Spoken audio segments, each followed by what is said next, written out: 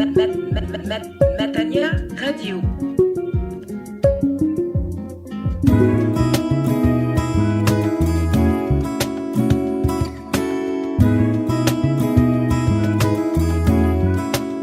Auditeur de Radio Matania, c'est probablement un moment important.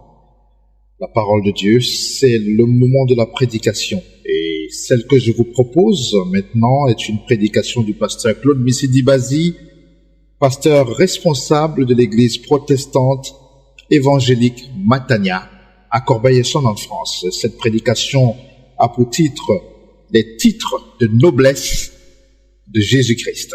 Les titres de noblesse de Jésus-Christ. Et le texte de référence est celui des Actes des Apôtres au chapitre 3. Que le Seigneur vous bénisse, que le Seigneur vous comble et qu'il vous délivre au travers de cette révélation de la grandeur de notre Seigneur. Soyez bénis. Les Actes des Apôtres, chapitre 3, verset 11.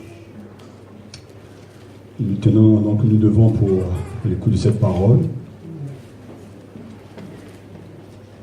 et nous nous soumettons à cette parole. Amen. Nous accueillons avec joie. Amen. L'homme ne lâchait plus Pierre et Jean. Tout le peuple accourut autour d'eux, stupéfait au portique appelé portique de Salomon. À cette vue, Pierre s'adressa au peuple. « Israélites, pourquoi vous étonnez de ce qui arrive? Ou pourquoi nous fixer? Nous, comme si c'était par notre puissance ou notre piété personnelle que nous avions fait marcher cet homme.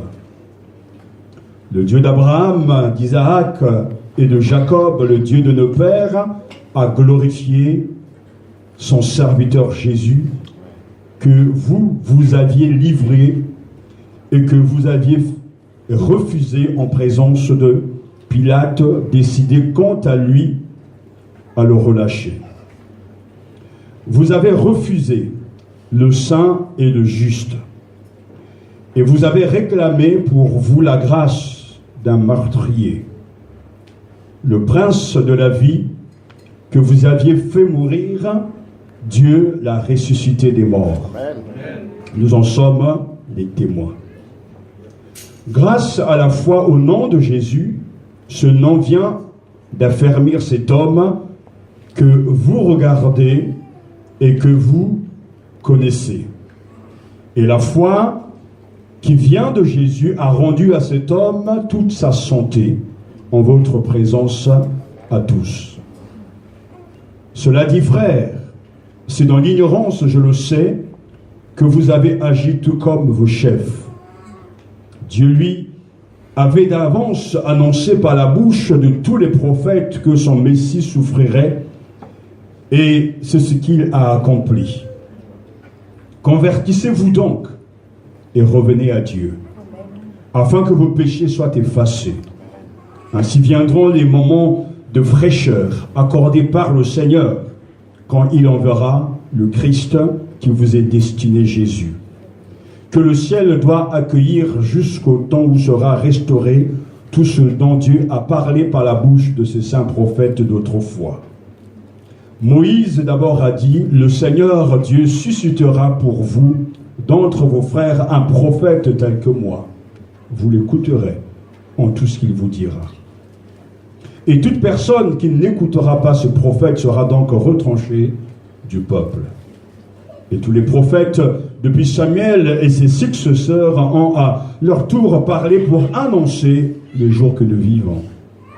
C'est vous qui êtes les fils des prophètes et de l'alliance que Dieu a conclue avec vos pères lorsqu'il a dit à Abraham, « En ta descendance, toutes les familles de la terre seront bénies. » C'est pour vous que Dieu a d'abord suscité, puis envoyé son serviteur pour vous bénir en détournant chacun de vous de ses méfaits. Amen. Amen. Prions le Seigneur. Notre Père, c'est encore un signe de ta bonté, de ton amour, que d'avoir la Bible. Amen.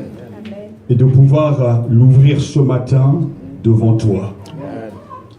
Nous te prions donc que tu nous communiques le don de l'écoute. Amen. Donne-nous de t'entendre, de te comprendre Amen. et de te suivre. Amen. Que par la puissance de ton Esprit Saint, tu nous donnes de vivre ces paroles, Amen. de les assimiler Amen. et de les laisser nous transformer Amen. pour ta gloire. Amen. Que la puissance de ton esprit, cet esprit qui est à l'œuvre depuis le commencement dans l'Église primitive, que tu as donné à tous tes disciples, qui est au milieu de nous, parmi nous et en nous, glorifie le Christ au-dedans de nous. Amen. Amen. Seigneur, tu es vivant, je le sais. Je t'ai vu. C'est vrai. Et je le vois encore aujourd'hui. Je te prie donc que toi, le ressuscité, tu touches chacun. Amen. Au nom de Jésus. Amen. Au nom de Jésus. Amen. Amen. Amen.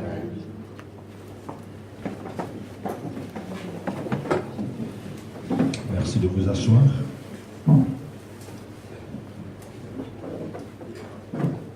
Il aurait fallu commencer par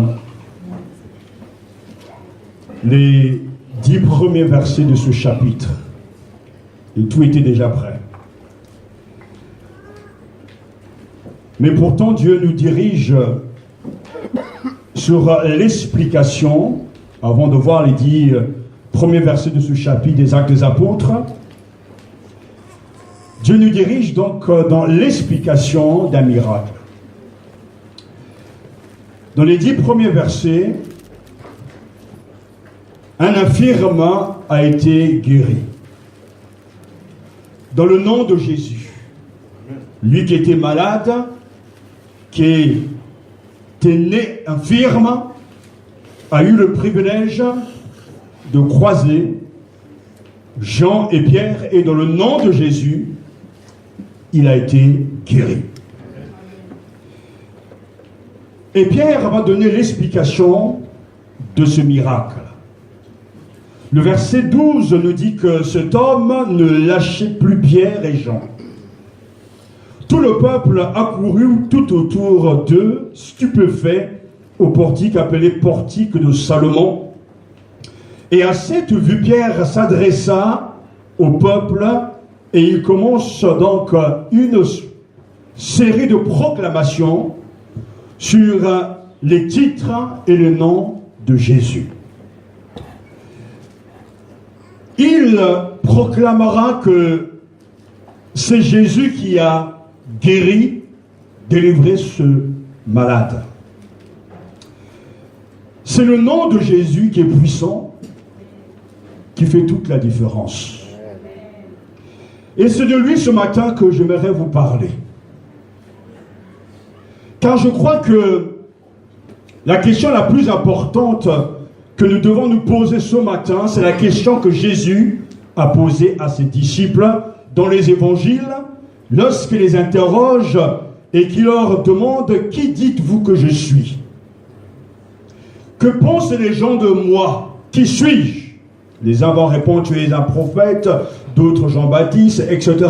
Jusqu'à ce que Pierre, au nom sans doute du groupe, va dire « Tu es le Christ, le Fils de Dieu vivant. » Et Jésus va lui dire « Heureux es-tu, Simon, car ce n'est pas la chair et le sang qui t'ont révélé ces choses, mais c'est mon Père qui est dans les cieux. » Il a su donc répondre, on trouve ce texte donc dans Matthieu chapitre 16 ou bien Marc chapitre 8, il a su répondre grâce à Dieu qui lui a révélé la vraie identité de Jésus.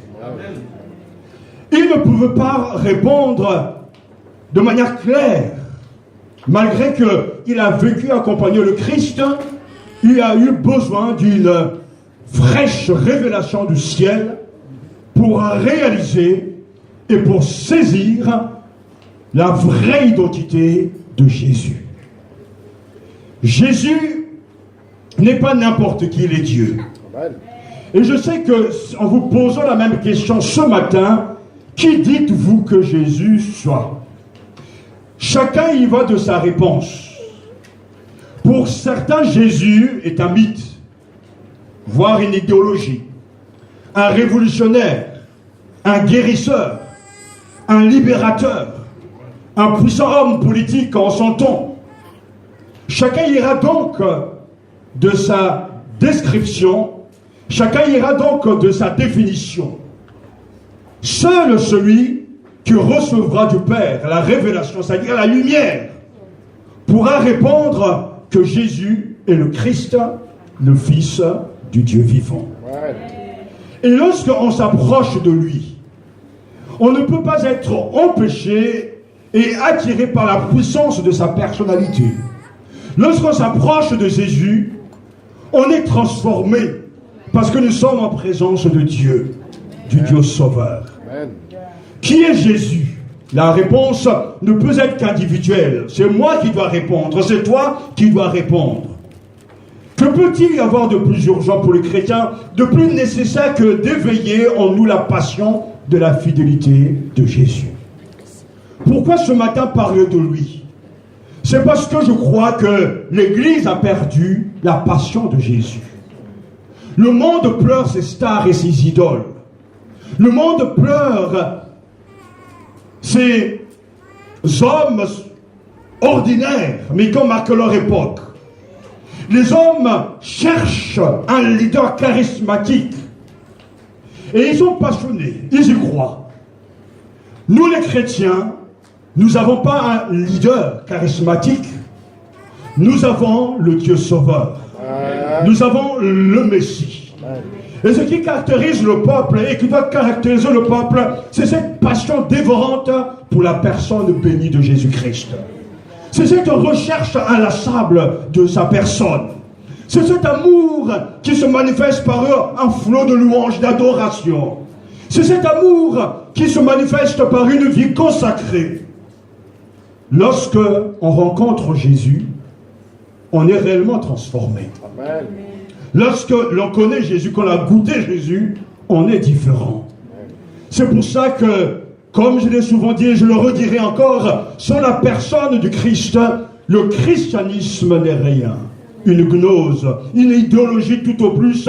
Ce qu'il faut penser, c'est le Christ. Ce qu'il faut faire, c'est lui. Ce qu'il faut croire, c'est lui. Vivre, c'est vivre de sa vie. Il est tout, il résume tout. Amen. Si nous voulons connaître Jésus, il faut méditer les Écritures.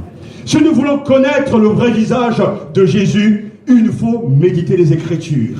Et nous prions et je prie que Dieu nous change ce matin. Et qu'il y ait dans le cœur de tout un chacun une passion nouvelle pour le Christ. Amen. Une faim pour Jésus-Christ. Une recherche inlassable de Jésus. Parce que lorsque cette passion est là, alors le culte est rempli de vie et de feu. Amen. Lorsque cette passion est là, nos cantiques, nous le chantons avec entrain, avec force, avec conviction. Lorsque le Christ est là, nos prédications sont imbibées d'une onction divine. Alléluia. Quand le Christ habite dans le cœur des uns des autres, nos pensées et nos sentiments sont tous centrés sur lui. Nous avons chacun une idée de Jésus, mais nous avons besoin que Dieu change l'image que nous avons de lui. Et ce filtre intérieur que nous avons, qui nous fait croire des choses, qui nous fait croire que Jésus est réellement cette personne-là, ce filtre intérieur doit être transformé par la puissance du Saint-Esprit.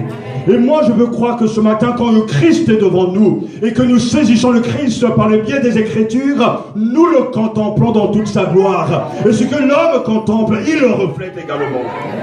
Alléluia. Alors nous devons le contempler. Nous devons le chercher dans les Écritures. Nous devons méditer les textes. Et il y a un exercice ce matin que je fais constamment parce que je crois qu'on peut tout oublier. On peut passer sur beaucoup de choses, mais il n'y a rien que l'on doit oublier. C'est-à-dire qu'on ne doit jamais oublier Jésus-Christ. On peut demander beaucoup de choses à Dieu. On peut jeûner pendant des jours et des jours, mais nous avons besoin de Jésus-Christ. Jésus-Christ qui habite dans le cœur de tout croyant. Et quand Jésus est dans le cœur de tout croyant, la vie est là. Ce matin, je ne sens pas la vie parmi vous. Je ne sens pas la vie de l'esprit au-dedans de vous. Je vous sens tellement si tiède, Médiocre même dans la louange, j'ose vous le dire, parce que quand la passion, le feu est là, dans le cœur, il y a cet entrain, il y a cet amour puissant pour le Seigneur. C'est de cette passion que je veux vous parler. Amen. Je veux vous parler de mon Seigneur, que j'ai rencontré, plutôt qui m'a rencontré il y a quelques années, et qui a changé ma vie. Amen. Jésus fait toute la différence. Amen. Cet exercice est de contempler Jésus.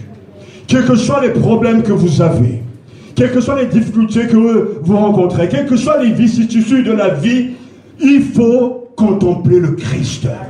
Il faut le regarder dans les Écritures. Il faut méditer sur lui.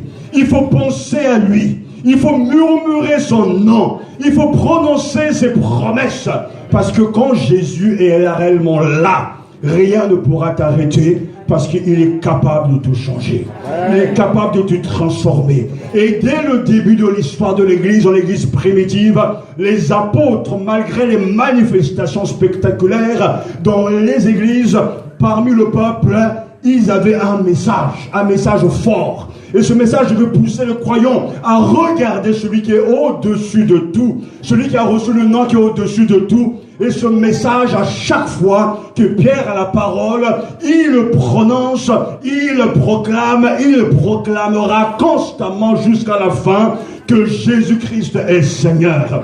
Ce message, c'est un Christ puissant, un Christ ressuscité. Et les disciples ont été témoins de ce Jésus qui jadis était mort, mais le troisième jour, Dieu l'a ressuscité des morts, et il est monté au ciel, et de là, il a répandu le don du Saint-Esprit sur tous les croyants, et l'Église a avancé avec des disciples, des apôtres, remplis du Saint-Esprit, car Christ lui-même travaillait dans l'Église par la puissance du Saint-Esprit. Et c'est cette puissance qui vous manque. Pour être vivant avec Dieu, il faut avoir reçu le don de l'Esprit. Pour chanter de tout son cœur, il faut avoir reçu le don du Saint-Esprit. Et ce miracle qui a eu lieu donc dans cette église primitive, ce n'est pas ça qui était en tout cas le point important de ce que Pierre va dire. Non, Pierre va utiliser, il va prendre comme contexte le miracle de cet infirme guéri pour proclamer le nom de Jésus. C'est-à-dire, il va proclamer le nom de Jésus. Le nom de Jésus est mentionné à plusieurs reprises. Baptisé au nom de Jésus, Actes chapitre 2. Guéri au nom de Jésus, Actes chapitre 3, chapitre 4. La Bible nous parle de Jésus et nous donne plusieurs noms le concernant. On compte plus de 200 noms, mais chaque nom représente l'identité, la nature ou l'œuvre de Jésus-Christ. C'est pour ça que la Bible le définit comme étant l'alpha et l'oméga. Apocalypse chapitre 22, c'est-à-dire le commencement et la fin. Si Jésus est l'alpha et l'oméga, tout ce qu'il y a entre l'alpha et l'oméga, la première lettre et la dernière lettre de l'alphabet, cela est impliqué en lui, c'est-à-dire il est tout. Amen. Jésus est le pain de vie. Amen. Jean chapitre 6, l'étoile brillante du matin. Apocalypse chapitre 22, le premier-né d'entre les morts, Colossiens chapitre 1, le Saint d'Israël, Actes chapitre 2, Emmanuel, Ésaïe chapitre 7, Alléluia, l'agneau de Dieu qui ôte le péché du monde, Apocalypse chapitre 5, il y a tant de noms, et ces noms définissent, nous donnent de permettre de comprendre mieux le Seigneur de gloire. Ce qui change les gens aujourd'hui, ce n'est pas un dogme, ce n'est pas une idéologie, ce n'est pas un parti, mais ce qui change aujourd'hui les cœurs des hommes, c'est Jésus-Christ. Sa personne, son œuvre accomplie sur la croix. C'est pour ça que l'Église a une âme redoutable, puissante, qui n'a jamais cessé d'être efficace pour tous les hommes. C'est la proclamation du nom de Jésus-Christ.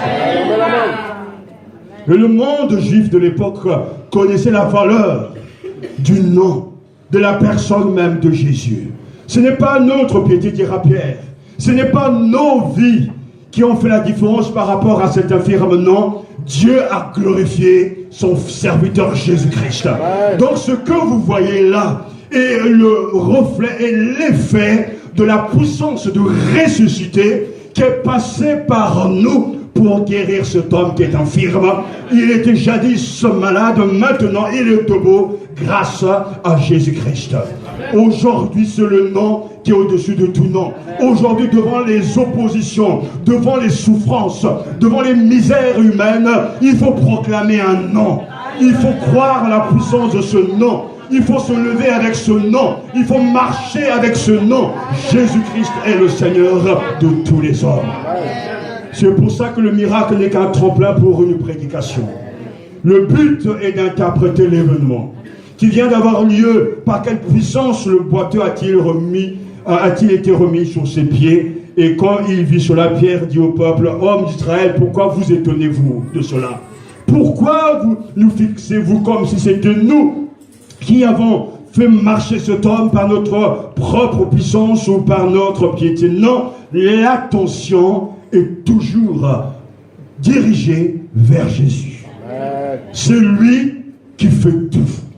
Celui qui change les gens. Celui qui pardonne. Celui qui ressuscite les morts. Et celui qui guérit.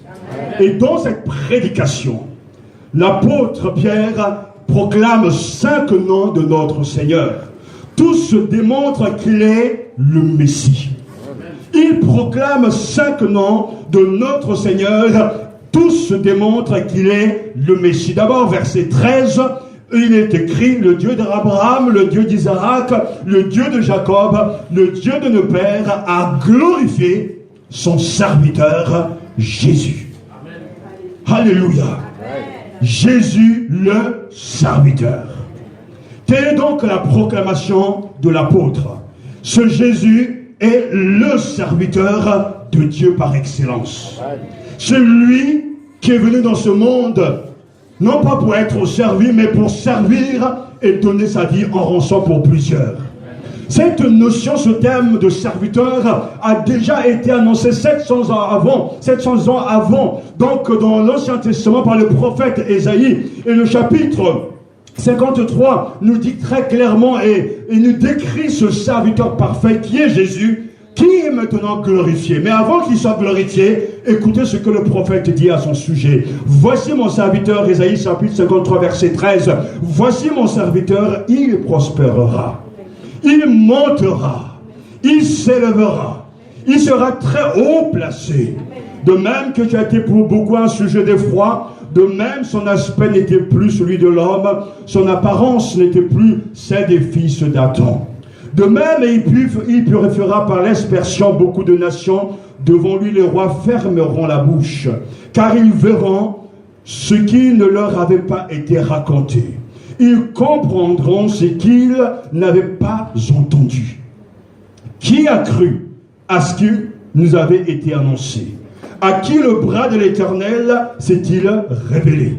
Il s'est élevé devant lui comme un rejeton, comme une racine qui sort d'une terre assoiffée. Il n'avait ni apparence, ni éclat pour que nous le regardions. Et son aspect n'avait rien pour nous attirer. Méprisé et abandonné des hommes, homme de douleur et habitué à la souffrance. Semblable à celui devant qui l'on se voile la face, il était méprisé. Nous ne l'avons pas considéré. Certes, ce sont nos souffrances qu'il a portées. C'est de nos douleurs qui s'est chargé. Et nous l'avons considéré comme atteint d'une plaie, comme frappé par Dieu et humilié. Mais il était transpercé, alléluia, à cause de nos crimes, écrasé à cause de nos fautes. Le châtiment qui nous donne la paix est tombé sur lui, et c'est par ses meurtrissures que nous sommes guéris. Nous étions tous errants comme des brebis, chacun suivait sa propre voie, et l'Éternel a fait retomber sur lui la faute de nous tous. Il a été maltraité, il s'est humilié, et n'a pas ouvert la bouche, semblable à l'agneau qu'on mène à la boucherie. À une brebis muette devant ceux qui l'attendent, il n'a pas ouvert la bouche. Il a été emporté par la violence et le jugement dans sa génération. Qui s'est soucié de ce qu'il était retranché de la terre des vivants? À cause des crimes de mon peuple, de la plaie qui les avait atteints, on a mis sa tombe parmi les méchants, son sépulcre avec le riche, quoiqu'il n'ait pas commis de violence et qu'il n'y ait pas eu de fraude dans sa bouche. Il a plu à l'Éternel de le briser par la souffrance. Après s'être livré en sacrifice de culpabilité, il verra une descendance et prolongera ses jours, et la volonté de l'Éternel s'effectuera par lui. Après le tourment de son âme, il rassasiera ses regards par la connaissance qu'ils auront de lui. Mon serviteur juste justifiera beaucoup d'hommes et se chargera de leurs fautes. C'est pourquoi je lui donnerai beaucoup d'hommes en partage. Il partagera le butin avec le puissant parce qu'il s'est livré lui-même à la mort et qu'il a été compté parmi les coupables, parce qu'il a porté le péché de beaucoup et qu'il a intercédé pour les coupables. Amen. Alléluia. Ce que le prophète avait annoncé s'est accompli. Jésus est le juste serviteur. Il est efficace. Jésus est le serviteur parfait et Dieu l'a glorifié. Il a accompli son œuvre totalement sur la terre. Il a pris soin de ses brebis. Il a partagé la bonne nouvelle du royaume des cieux à ceux qui étaient perdus. Il a rencontré des hommes et des femmes qui étaient perdus. Il a redressé les SDF. Il a rétabli le royaume, la puissance de Dieu dans le monde. Et son royaume n'est pas de ce monde, comme lui-même le dira, mais son royaume est céleste.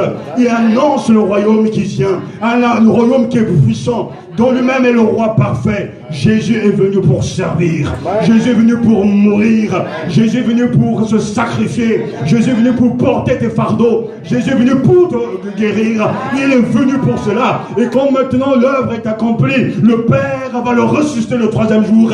Aujourd'hui, il n'est plus dans la tombe, mais Dieu l'a glorifié au plus haut des cieux. Le serviteur parfait. Et même dans le lieu céleste, le Christ continue encore à nous servir. Il intercède pour nous auprès du Père. Sa présence dans les cieux est ma garantie, et ma sécurité, mon assurance. C'est pour cela que je l'aime. Et c'est le message que Pierre proclame. Ce n'est pas le miracle que vous voyez, non. Dieu a glorifié son serviteur. C'est fait. Alléluia. Car le Fils de l'homme est venu non pour être servi, mais pour servir et donner sa vie en rançon pour beaucoup. Marc chapitre 10 verset 45. Merci Père, merci Seigneur de ce que tu as accompli, une œuvre parfaite. Maintenant tu mérites la gloire et Dieu t'a glorifié. Alléluia. Dans sa proclamation, Pierre poursuit et dit: Jésus que vous avez livré et régné devant Pilate, alors que celui-ci avait jugé bon de le relâcher. Verset toujours 13. Il nomme encore et il donne ce nom à notre Sauveur et Seigneur. Son nom est Jésus. Jésus que vous avez livré et régné devant Pilate, alors que celui-ci avait jugé bon de le relâcher. Son nom est Jésus. Ce qui signifie Dieu sauve. C'est la traduction grecque de l'hébreu Josué.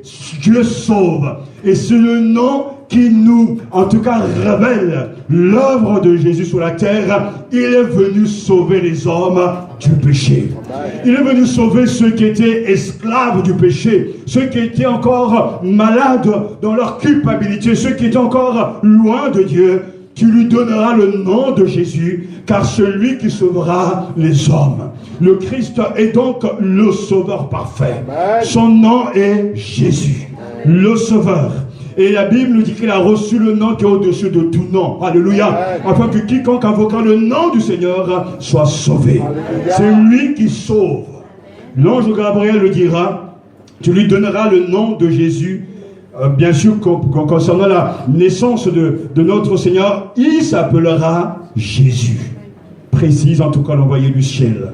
Maintenant, même, Maître, tu laisses ton serviteur s'en aller en paix selon ta parole, car mes yeux ont vu ton salut, que tu as préparé devant tous les peuples, lumière pour éclairer les nations, et gloire de ton peuple Israël. Luc chapitre 2, mes yeux ont vu ton salut. Qui dit ça? Siméon. Alléluia. Il attendait la venue du Sauveur. Maintenant, il voit ce bébé-là qui est là. Il n'a pas commencé son œuvre, mais il dit: mes yeux ont vu ton salut. C'est lui qui sauvera le monde de ses péchés. Et plus tard, Jean-Baptiste nous dira: voici l'agneau de Dieu qui ôte le péché du monde. Et Jésus-Christ va le démontrer en mourant sur la croix. Jésus a reçu un nom qui indique sa vocation. Il est appelé à intervenir pour enlever les fautes des hommes et pour faire la paix avec Dieu. Jésus est unique parce qu'il manifeste le salut que Dieu nous donne. Il a été envoyé par Dieu dans cette intention précise. Alléluia. Et les apôtres ont proclamé ce message. Ils ont annoncé un nom, mais ce nom c'est quelqu'un. C'est pour ça que beaucoup plus loin dans Actes des Apôtres chapitre 4 verset 12, encore Pierre proclame: le salut ne se trouve en aucun autre, car il n'y a sous le ciel aucun autre nom donné parmi les hommes par lequel nous devons être sauvés. Amen. Vous entendez? Amen. Ça, c'est pour ça que c'était puissant. Il ne proclamait pas les doctrines. On ne parlait pas de philosophie. On ne bavardait pas pour bavarder. Ils annonçaient un Messie puissant. Amen. Le salut ne se trouve en aucun autre. Amen. Car il y a sous le ciel aucun autre nom donné parmi les hommes par lequel nous devons être sauvés. Tu veux aller au ciel, Jésus sauve. Tu veux le pardon de tes péchés, Jésus sauve. Il est unique, il est inimitable. Lui seul peut sauver parfaitement. Son nom est Jésus. Et quand tu seras dans ta maison, invoque son nom. Crois en lui, car ce nom, c'est ce qu'il est et c'est ce qu'il accomplit également. Jésus veut dire Dieu sauve. Alors s'il sauve réellement, il doit bien nous sauver de quelque chose. Sinon, ce n'est pas du tout un sauveur. Si je me noie, j'ai besoin d'un maître nageur. Et Jésus doit être ce maître nageur quand tu te noies. Parce qu'on ne peut pas parler de choses qu'on ne connaît pas. Et quand on témoigne de Jésus, on doit dire oui, Jésus m'a sauvé. Mais de quoi? De quoi t'a-t-il sauvé? Du péché? Mais ça veut dire quoi? Des mauvaises habitudes? Mais ça veut dire quoi? Certains, Jésus les a sauvés, je les ai vus. De la drogue. Il les a délivrés de la puissance de la drogue. Je suis témoin de cela en prêchant l'évangile. J'ai vu des gens que Jésus a sauvés qui étaient dans la magie, dans la sorcellerie, que Jésus a libérés de pouvoir de ténèbres. J'ai vu des gens qui étaient dans la culpabilité, en son phare, mais Jésus l'a pardonné et les a sauvés. Quand Jésus vient dans ta vie, il te sauve de quelque chose. Tu étais autrefois cet homme. Mais quand Jésus est là, le sauveur, tu deviens un autre homme. Il nous libère de quelque chose de clair et de défini. Il nous enlève le poids de nos doutes. Il enlève le poids de nos culpabilités et nous donne son plein salut. Jésus sauve parfaitement. Et je crois que ceux qui iront au ciel seront sauvés parfaitement. Ils chanteront les cantiques en l'honneur de l'agneau parce qu'ils sont sauvés parfaitement. Alléluia. Jésus est le sauveur parfait. Alors s'il n'a rien fait dans ta vie ce matin, ouvre ton cœur au Seigneur. Dis-lui: Jésus, sauve-moi. Sauve-moi de mes mauvaises habitudes.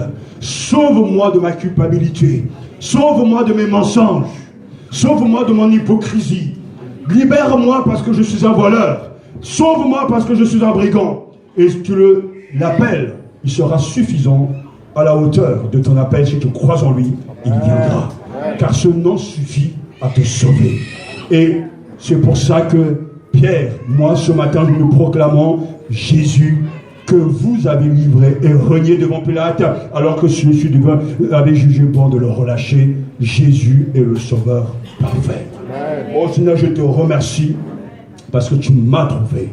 Je te remercie parce que tu m'as sauvé. Tu as pardonné mes fautes et tu as donné un sens à ma vie maintenant. Je te loue parce que tu es un sauveur merveilleux. Dans cette proclamation, on aimerait tellement s'arrêter, mais pourtant il poursuit verset 14. Vous avez régné le saint, le juste. Et vous avez demandé qu'on vous accorde la grâce d'un meurtrier. L'apôtre proclame que Jésus est le saint et le juste. Une seule fois dans l'évangile, Jésus est qualifié de juste. Pourtant lui-même dira que Dieu seul est bon, Dieu seul est juste. Mais au moment où il va expirer sur la croix, un païen, le centurion romain qui monte la garde, rend gloire à Dieu en disant: sûrement cet homme était juste. Luc chapitre 23 verset 47, sûrement cet homme était juste. Le juste dans la Bible est celui qui s'ajuste parfaitement à ce que Dieu veut. Il est en même temps celui qui contribue aussi à ce que chacune et chacun soit bien là où Dieu le veut. Jésus-Christ est le juste, le saint, parce qu'il est sans péché, sans tache, et il est juste par excellence, comme le dit la lettre de Jean, mes petits enfants, je vous écris cela pour que vous ne péchiez pas. Mais si quelqu'un vient à pécher, nous avons un défenseur devant le Père, Jésus-Christ, qui est juste. Alléluia, quel passage merveilleux. Mes petits enfants, je vous écris cela pour que vous ne péchiez pas, mais si quelqu'un vient à pécher, nous avons un défenseur devant le Père, Jésus-Christ qui est juste. 1 Jean chapitre 2 verset 1. Et c'est pour ça que même dans Jean chapitre 6 versets 66 à 69, il est question du Saint de Dieu. Dès lors, beaucoup de ses disciples s'en retournèrent et cessèrent de faire route avec lui. Alors Jésus dit aux 12, « Et vous ne voulez-vous pas partir ?» Simon-Pierre lui répondit, « Seigneur, à qui irions-nous? Tu as des paroles de vie éternelle. Et nous avons cru, et nous avons connu que tu es le Saint de Dieu. » Alléluia. Donc, dans les actes, alors qu'un miracle vient se produire au nom de Jésus-Christ, Pierre proclame, vous avez régné le Saint, le juste. Jésus-Christ est saint. Et cette sainteté a été visible lors de son passage sur cette terre. Il était consacré à Dieu. Il vivait pour Dieu. Sa nourriture était de faire la volonté de son Père. Toute sa vie était pour la gloire de son Père. Rien pour lui, tout pour la gloire de son Père. Sa vie est exemplaire. Il est sans tache, sans péché. On n'a pas pu trouver en lui de fraude, pas de péché, parce que Jésus-Christ est Dieu. Parce que Jésus-Christ est le Saint d'Israël. Alors que nous sommes, nous, tellement des pécheurs, de puissants pécheurs, des fervents pécheurs, nous ne pouvons pas dire que nous sommes des saints. Nous ne sommes pas toujours pour le Seigneur constamment. Nous démissionnons souvent, nous le régnons souvent, et nous aimons souvent les choses de ce monde. Alors nous ne sommes pas des vrais saints. Mais par la grâce de Dieu, en Jésus-Christ, nous devenons saints parce que nous mettons à part. Mais cette sainteté est une grâce, un bienfait que Dieu nous donne, un don de Dieu. Mais Jésus, lui, est saint dans sa personne. Jésus-Christ est né sans péché, parce que le Saint-Esprit est à l'œuvre dès le commencement, et c'est pour ça qu'on l'appellera le Saint, le juste. Alors il y a de quoi nourrir nos louanges et notre adoration, pour dire simplement tu es le Saint et le juste. Automatiquement, nous prenons un peu de recul par rapport à son immensité, par rapport à sa grandeur, par rapport à sa transcendance. Il est le Saint et le juste. Et sur cette terre, les démons savent reconnaître les saints. Parce que dans le monde spirituel, on sait qui est avec Dieu ou pas. Et ce matin, vous êtes avec quelqu'un. Soit avec le Seigneur, soit avec le diable. Il n'y a pas d'autre chemin, il n'y a pas d'autre voie. Et spirituellement, lorsque même au nom de Jésus-Christ, on prie, ou on veut chasser les démons au nom de Jésus, les démons savent qui est qui. Ils savent que Jésus est saint. Ils savent aussi que les vrais disciples de Jésus portent Jésus en eux. Ils sont aussi saints. C'est-à-dire, ils sont consacrés. Ils ne se mélangent pas avec les gens du monde. Ils ne goûtent pas, ils ne mangent pas la table de Satan avec tout ce qu'il peut proposer. Ils sont assoiffés de Jésus. Ils n'ont qu'une seule ambition, la gloire de Dieu. Ils sont à part. Le monde ne les comprend pas. Et c'est normal, parce que leur vie n'est pas terrestre. Leur vie est céleste, cachée avec Christ dans les lieux célestes. Ils sont avec lui, ils vivent avec lui. Ce sont les saints de Dieu. Et je bénis Dieu parce qu'en France, comme je l'ai vu partout ailleurs, Dieu a des saints, Dieu a des hommes, Dieu a des femmes consacrées qui sont à lui et qui sont à son service. Mais le plus grand, l'inimitable, l'unique, c'est Jésus, le juste et le saint. Qu'il soit béni ce matin, qu'il soit adoré ce matin. Nous l'avons renié, nous l'avons refusé, mais il reste lui-même, égal à lui-même, le saint d'Israël. Et c'est parce qu'il était saint, qu'il est saint, que le Père a approuvé son sacrifice sur la croix. Il est devenu malédiction pour que nous soyons bénis. Il est devenu malédiction pour que nous soyons pardonnés. Car son offrande, l'offrande de sa propre personne, c'est une offrande sainte. Son tache, sans ride, le Christ parfait serviteur s'offre, alléluia, s'offre sur la croix de Golgotha, mourant pour nos péchés, et Dieu approuve ce sacrifice, car l'offrande, cette offrande est bénie, sans tache et sans ride, le Christ est excellent. C'est pour ça qu'il est le Saint d'Israël, le juste. Et dès le début, les apôtres avaient compris cela. On ne discute pas. On ne s'attarde pas sur des niaiseries, sur des illusions, mais on proclame un homme. On proclame le vrai Dieu. On proclame le vrai serviteur. On proclame le vrai sauveur. On proclame le saint et le juste. Et ils savaient que lorsque Jésus est proclamé et que le peuple de Dieu contemple ce sauveur si grand, ce Seigneur si puissant, leur vie change automatiquement. C'est pour ça que les premiers martyrs, Étienne, le premier martyr pourra mourir, non pas dans la panique, non pas dans la peur, mais il regarde le ciel et il voit la gloire de Dieu. Il demande pardon au Seigneur pour ses bourreaux, parce qu'il monte, il entre dans le monde céleste, il voit la gloire de Dieu. Parce que la présence du ressuscité en lui, la manifestation de cette présence change sa manière de voir les choses. Il est dans le monde, mais il n'est pas du monde. Il vit, il fréquente le saint et le juste. Et c'est pour ça que pas de panique face à la mort. Pas de doute et pas de démission, pas de fuite face à la réalité spirituelle. Alléluia. Combien aujourd'hui n'ont-ils pas abandonné la foi? Ils sont devenus tellement incrédules. Ils sont devenus tellement si tièdes, froids, parce qu'il n'y a plus le feu, la passion de Jésus. Et ce matin, le Saint-Esprit met dans mon esprit cela pour vous. Tu veux retrouver la flamme, tu veux retrouver le feu, tu veux retrouver l'envie, l'enthousiasme. Il faut contempler le Christ. Il faut le regarder par le biais des Écritures. Contemple-le et reconnais sa valeur, reconnais ses titres. Crois ce que la Bible dit et le Saint-Esprit prendra de ces matériaux et il va les inonder dans ton cœur, il va les réveiller dans ton cœur et tu reconnaîtras que Jésus est au-dedans de toi, fort, puissant, parce que celui qui est là, c'est cette personne-là dont je vous parle. Je pourrais vous dire que oui, j'ai eu des visions de Jésus quand j'étais jeune. Mais ça, c'est pas important. Si j'ai vu Jésus comme je vous vois. Mais ça, c'est pas important. Mais ma plus grande révélation s'est passée à Rouen il y a quelques années en Normandie. Alors que je priais dans un jardin, le Saint-Esprit a révélé Christ dans mon cœur. Et je sais qu'il vit au-dedans de moi. Christ en moi, l'espérance de la gloire. Ce verset est gravé dans mon esprit. Colossiens chapitre 1, verset 27. Christ en moi, l'espérance de la gloire. Pourtant, je le connaissais. Pourtant, je le servais déjà. Pourtant, je suis né dans une famille chrétienne. Mes grands-parents étaient pasteurs, etc.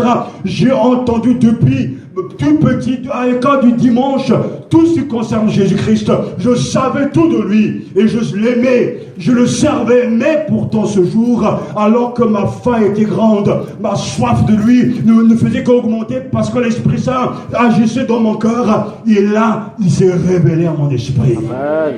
Et Dieu sait dont je parle. Satan aussi le sait. Car ce que Dieu vous révèle au-dedans de vous, personne ne peut vous l'ôter. Il y a connaître des choses au sujet de Jésus. Et tout le monde peut parler de lui. Mais il y a connaître Jésus par révélation. Ce n'est pas la même chose. On peut, j'étais en faculté de théologie, il y a des théologiens, des professeurs vraiment intelligents, puissants, maîtrisant les langues bibliques. Mais certains d'entre eux n'étaient même pas convertis parce qu'ils connaissaient des choses au sujet de Jésus, mais ils ne le connaissaient pas réellement. Parce que c'est un don qui vient de Dieu. C'est une révélation qui vient du ciel. Tu es heureux, Simon, fils de Jonas, car ce n'est pas la chair et le sang, ce n'est pas les êtres humains qui t'ont révélé ces choses, mais c'est mon Père qui est dans les cieux. Et quand cette révélation est là, vous êtes enflammés. Mais enflammés pour toujours. Vous pouvez passer par des moments de doute, d'incertitude, et ça c'est humain, ça fait partie de la marche chrétienne, mais vous ne resterez pas, vous ne stationnerez pas dans le doute à vie. Vous vous releverez et vous avancerez, parce que le feu de Dieu est en vous. C'est le feu par le Saint-Esprit, c'est le Christ révélé. Et quand cette révélation est là, vous avez envie de lui. Il est le saint et le juste. Alléluia. Alléluia. Dans cette proclamation, ce n'est pas tout. Versets 15 à 17, Il poursuit l'apôtre. Ainsi vous avez fait mourir l'auteur de la vie, mais Dieu l'a ressuscité des morts. Nous en sommes témoins. Et c'est parce que nous croyons en Jésus que la puissance de ce nom a rendu à cet homme que vous voyez et que vous connaissez la force de se tenir debout. Oui, cette foi qui est efficace par Jésus a donné à cet homme une parfaite guérison, comme vous pouvez tous vous en rendre compte. À présent, mes frères, je sais bien que vous avez agi sans savoir ce que vous faisiez, aussi bien que vos chefs. Un des noms que Pierre donne ici à Jésus, c'est le prince de la vie. Le pionnier de la vie. Jésus est le premier bénéficiaire de la vie. Il était mort, mais maintenant, il vit au siècle des siècles. Mais il est aussi le fondateur de la vie, c'est-à-dire la vie, c'est lui. Ce qu'il faut croire, c'est lui. Ce qu'il faut penser, c'est lui. Il est le premier à être mort, mais aussi que le Père a ressuscité d'entre les morts. Vous avez fait mourir l'auteur de la vie. Qui nous donne la vie aujourd'hui? Si nous avons la vie, c'est parce que Dieu, dans sa grâce, nous a donné la vie. Mais entre guillemets, de manière indirecte, ce sont nos parents qui nous donnent la vie. Si nous sommes sur cette terre, parce qu'ils ont décidé d'avoir des enfants. Mais de manière indirecte, car nous croyons que c'est Dieu qui donne la vie. Mais Jésus, lui, personne ne lui donne la vie. Il est lui-même l'auteur de la vie. C'est-à-dire le pionnier de la vie. Il est la vie, il est le chemin, la vérité et la vie. Non pas qu'il va devenir, qu'il va être, mais il est. C'est très important. Jésus ne devient pas, il est. Il est l'auteur, le pionnier de la vie. Et Pierre le dit clairement, oui, mais c'est lui qui est l'auteur de la vie.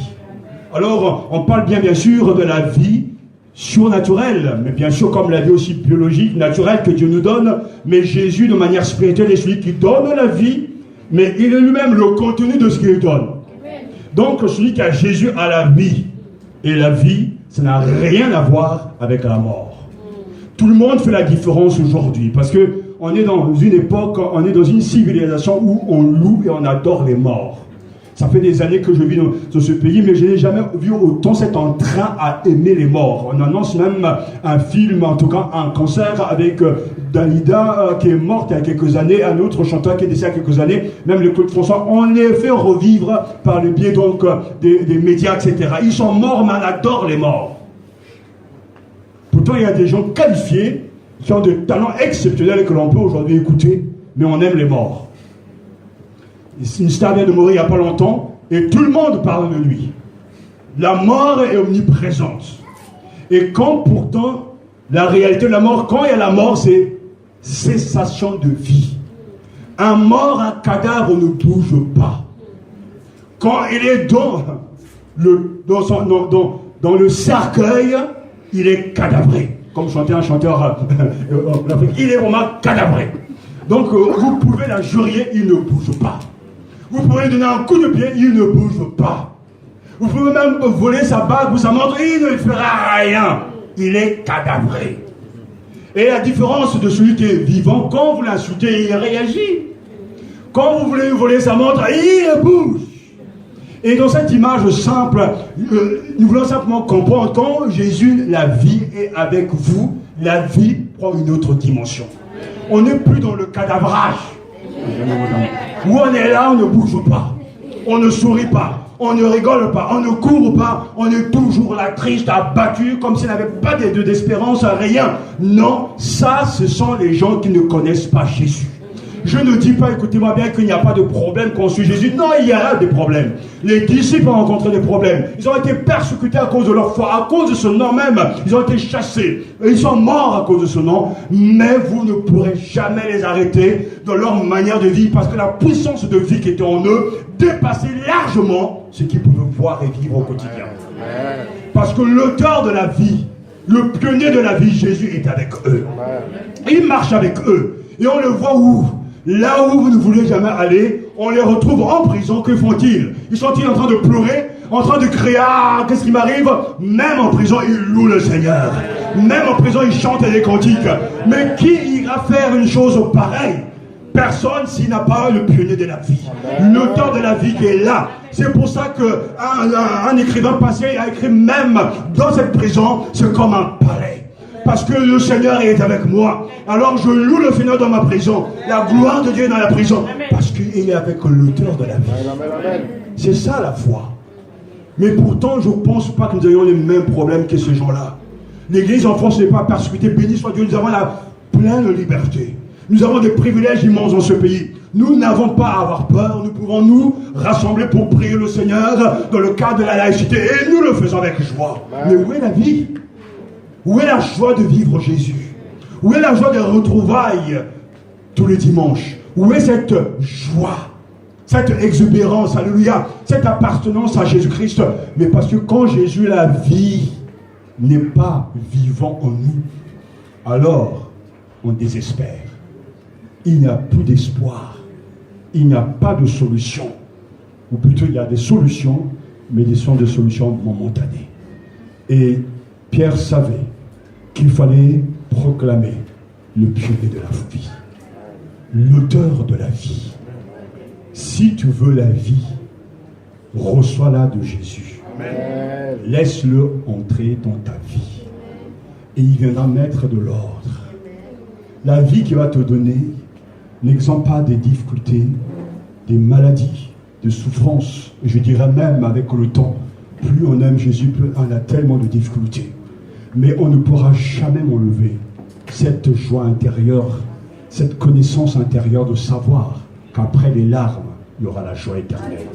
Qu'à un moment donné, je quitterai ce monde et je regarde ma mort et j'en parle même sans état d'âme, sans peur. Parce que je sais que de l'autre côté, je rejoins mon Sauveur et mon Seigneur. Le prince de la vie ne vient pas simplement pour te fréquenter, mais il vient vivre avec toi.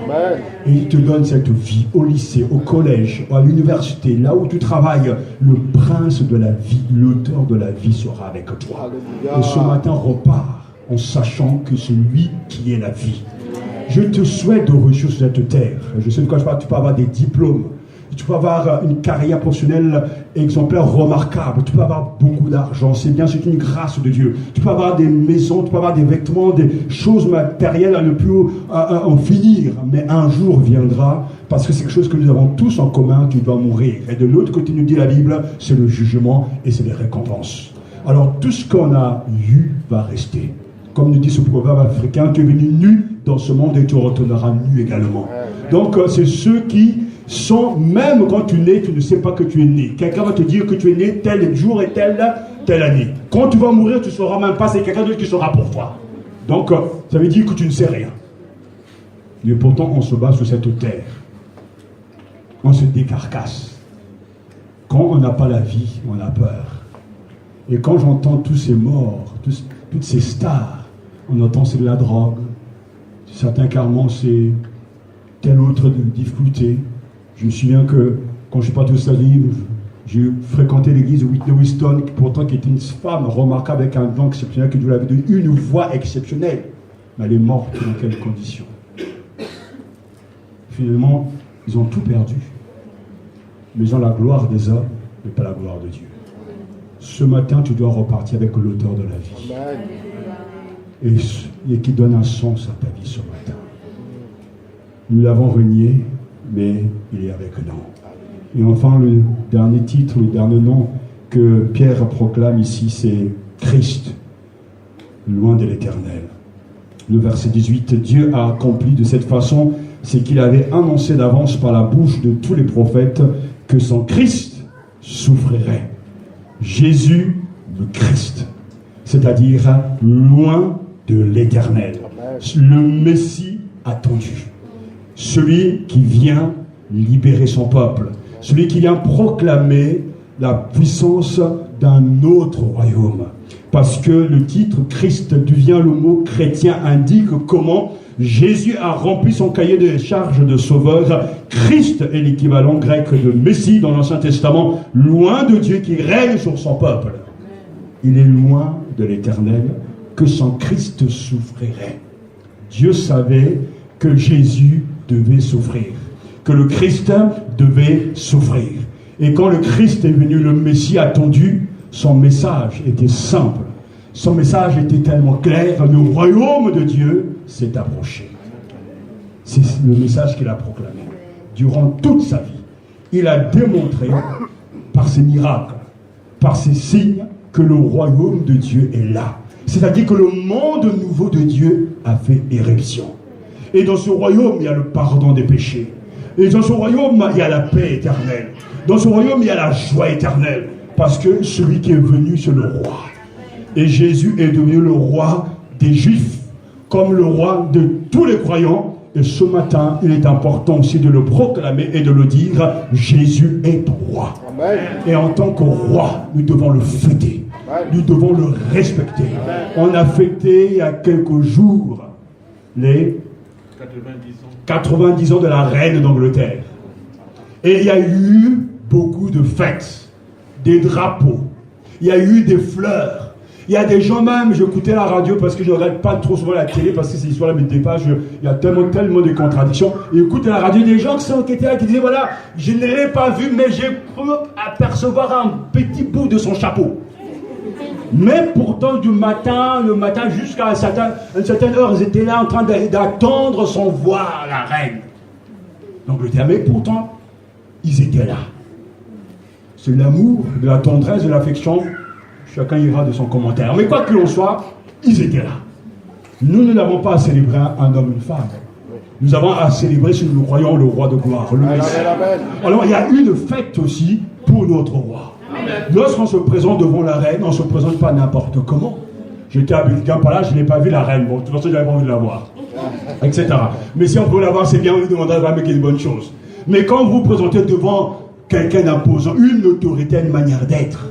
J'ai eu le privilège de rencontrer M. Chirac, c'était maire de Paris, nous avons chanté même à l'hôtel de ville. Et quand on vient, on est bien habillé, on sort sa veste, son costume. Monsieur le maire, Monsieur le président, même quand vous le détestez dans vos maisons et que vous l'injuriez, quand vous êtes venu, Monsieur le préfet, Monsieur le président, vous vous courbez au signe de respect. Fayot. Ça, c'est pour rien. Mais c'est pour vous dire, quand on se présente devant une autorité, il y a une manière d'être. On n'est jamais en retard. C'est pas la reine qui va vous attendre. C'est impossible. C'est impossible que ce soit M. Hollande qui doit vous attendre. Même les méga stars, que ce soit n'importe qui, quand ils doivent rencontrer le président, ils sont toujours là. Alors ceux qui sont un peu bizarres dans leur tenue vestimentaire viennent avec leur tenue vestimentaire. Mais ils font des efforts. Parce qu'il y a le respect de l'autorité. Jésus est le Messie, le roi. Je pourrais aller beaucoup plus loin. Mais comment peut-on dire qu'il est le Messie, mon roi, et je ne respecte pas sa personne? Je ne respecte pas sa présence. Ma manière de m'habiller, c'est une manière carrément bizarre. Je ne respecte pas l'or qu'il me donne. Je ne l'acclame pas quand il faut l'acclamer. Je ne suis pas dans l'exubérance alors qu'il faut le faire. Je dis, oh, seulement j'ai vu un peu simplement de sa gloire. Ah, je vais chanter. Non. Pourquoi? Mais parce qu'en réalité, la réalité de ce titre n'est pas vraie dans le cœur. Mais l'Église doit proclamer et retrouver son roi. Jésus est le roi des Juifs, mais il est le roi de tous les croyants. Et un roi doit être respecté, adoré, applaudi. On doit lui rendre hommage. Alléluia. C'est pour cela que dans ces noms, Dieu nous parle. Et Dieu te dit de devenir chrétien, de changer. Être chrétien, c'est confesser, alléluia, que Jésus est le Christ. Être chrétien, c'est confesser que Jésus est le roi de ta vie. Être chrétien, c'est aimer Jésus, ton Sauveur. Être chrétien, c'est obéir à Jésus, ton Seigneur. Être chrétien, c'est lui faire confiance. Et ce matin, alors que nous allons nous séparer, n'oubliez pas que Dieu a fait Christ et Seigneur. C'est Jésus que nous avons crucifié. Dans Actes des Apôtres, chapitre 2, verset 36, Pierre, une fois de plus, proclame que toute la maison d'Israël le sache avec certitude que Dieu a fait Seigneur et Christ, ce Jésus que nous avons crucifié. Il est suffisant en tout et pour tout. Essayez-le, goûtez-le, vivez-le, Fréquentez-le, parlez-lui. Il est là, comme Sauveur, Seigneur, Roi, Messie. Alléluia, le Seigneur de gloire. Béni soit le nom du Seigneur. Gloire à Jésus-Christ, le Fils de Dieu. Gloire au Prince de la vie. Vive le Roi de gloire, le Seigneur des Seigneurs. Amen. Alléluia. Bénissons le Seigneur. Je t'exalterai, Seigneur, parmi toutes les nations. Je célébrerai, je chanterai